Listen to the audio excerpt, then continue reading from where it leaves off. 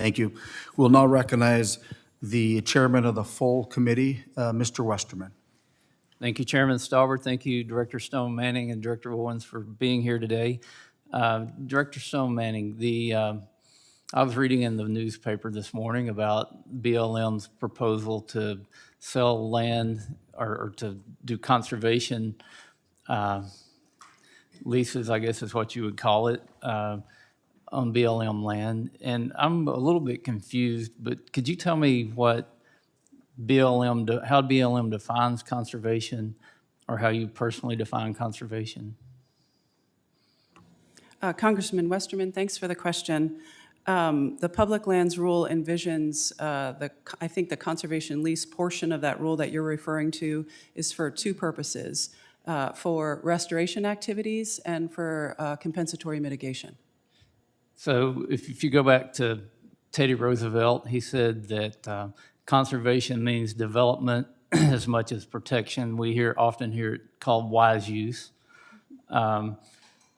Conservation, in my idea of conservation, is you use it and leave it better for future generations. So my question is BLM not practicing conservation on lands that are leased for other purposes right now? Congressman, yes, we are. And the interesting thing about the public lands rule is it expresses the part of our Organic Act, FLPMA, that require us to protect fish and wildlife habitat, protect scenic values, protect cultural values. Can you not, does this mean that multiple use is antiquated, that we can't have multiple use anymore? Because my understanding was that we were going to have multiple use on these public lands with conservation everywhere that we use the lands. Are you saying multiple use and conservation are mutually exclusive? I'm not. That what the rule does is make conservation an equal among multiple uses. But so is conservation a multiple use, or is it an ethic that should be practiced across all uses? We are raising it. We're not raising it. We're expressing what FLPMA asks us to do, which is to make those values an equal. And if there are three buckets basically to the rule. One that looks at protection of intact landscapes, as FLPMA asks us to do. One that looks at restoration, as the landscape is requiring us to do. And one to make wise decisions based on science and data. And I think that third point gets to what you're talking about. Of course, that's conservation.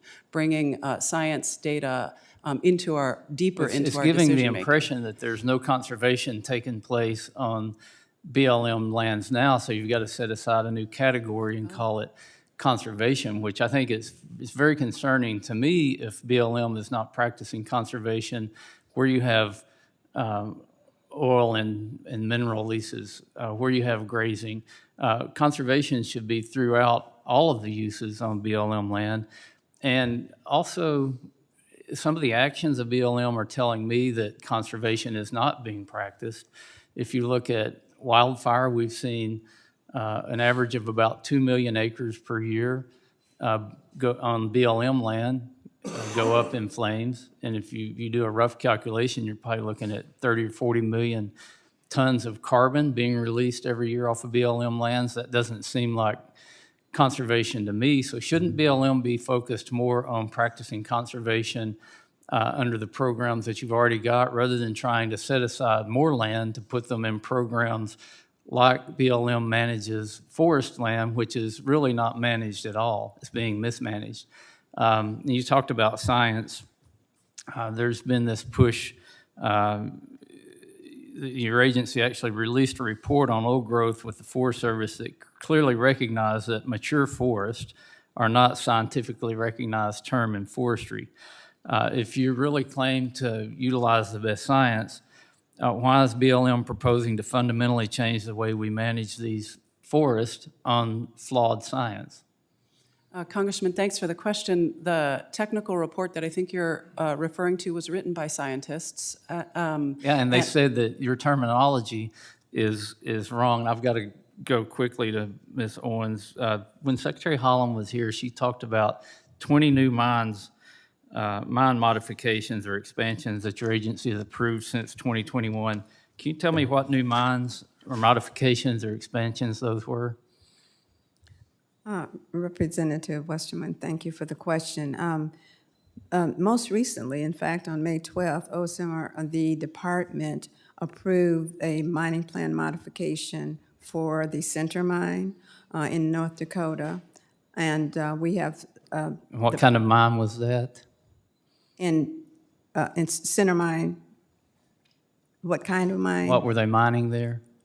I don't know exactly. It was not met coal, but I can get that information for you. Yeah, we've asked for that information and nobody's been able to provide it so far. So you're familiar with one mine that's been, Well, that is the one that was most recently approved, mining plan. Secretary Holland said there were 20. Can you I'm get not- that list for us? We don't have 20, I'm sorry. I think Secretary Holland may have been also including mining plan from, or at least NEPA decisions for leasing as well as mining. I would think with the emphasis on electrifying the economy, that BLM will be cranking out as many critical mineral and copper mine permits as you could possibly do, but that seems to be just the opposite. I understand the political bias against fossil fuels, which I think is incorrect, but I understand that. But I do not understand the attack on mining and the failure to utilize our resources to achieve the objectives that the administration said it wants to achieve. I yield back. Thank you, Mr. Chair. The chair now recognizes Mr. Huffman from California.